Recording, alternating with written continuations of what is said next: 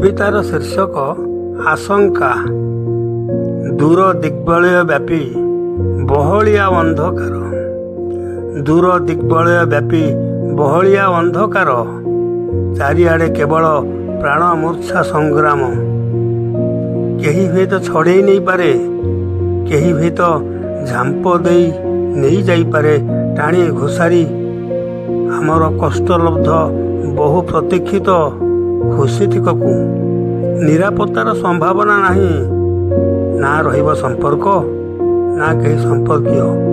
ତୁଟିଯିବ ମୋହ, ଗୁରୁତ୍ୱ, ଚିନ୍ତା ଆଉ ଆକର୍ଷଣ। ଅଧିକାର ବି ତୁଟିଯିବ, ଅଧିକାର ବି ତୁଟିଯିବ ସବୁଦିନ ପାଇଁ। କ୍ରମେ ବିଲୁପ୍ତ ହୋଇଯିବ ଆମର ଅସ୍ତିତ୍ୱ। ନା ଥିବ କାହାର କାହା ଉପରେ ଆସ୍ଥା, ନା ବିଶ୍ୱାସ। ବିଷାଦଗ୍ରସ୍ତ ହଳାହଳମୟ ଜୀବନ କେବଳ ପରିହାସ କରୁଥିବ ଆମକୁ। ବିଷାଦଗ୍ରସ୍ତ ହଳାହଳମୟ ଜୀବନ କେବଳ ପରିହାସ କରୁଥିବ ଆମକୁ। ଭରାକ୍ରାନ୍ତ ବିଭ୍ରାନ୍ତିକର ଜୀବନରେ ଆଉ କିଛି ନଥିବ ସାଇତି ରଖିବାକୁ, ଆଉ କିଛି ବି ନଥିବ ସାଇତି ରଖିବାକୁ।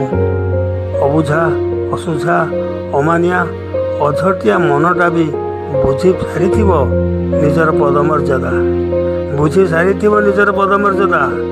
ଅପମାନ ଜର୍ଜରିତ ହେଇ ଚାପୁଡ଼ା ଖାଇସାରିବା ପରେ ନିଜର ଛାଇ ଉପରେ ବି ନିଜେ ହରେଇ ବସିବ ତାର ବିଶ୍ୱାସ, ନିଜେ ହରେଇ ବସିବ ତାର ବିଶ୍ୱାସ।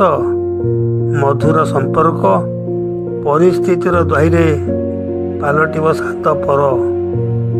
ବଞ୍ଚିବାକୁ ଇଚ୍ଛା ନଥିବ କି ମରିବାକୁ ଉପାୟ, ବଞ୍ଚିବାକୁ ଇଚ୍ଛା ନଥିବ କି ମରିବାକୁ ଉପାୟ।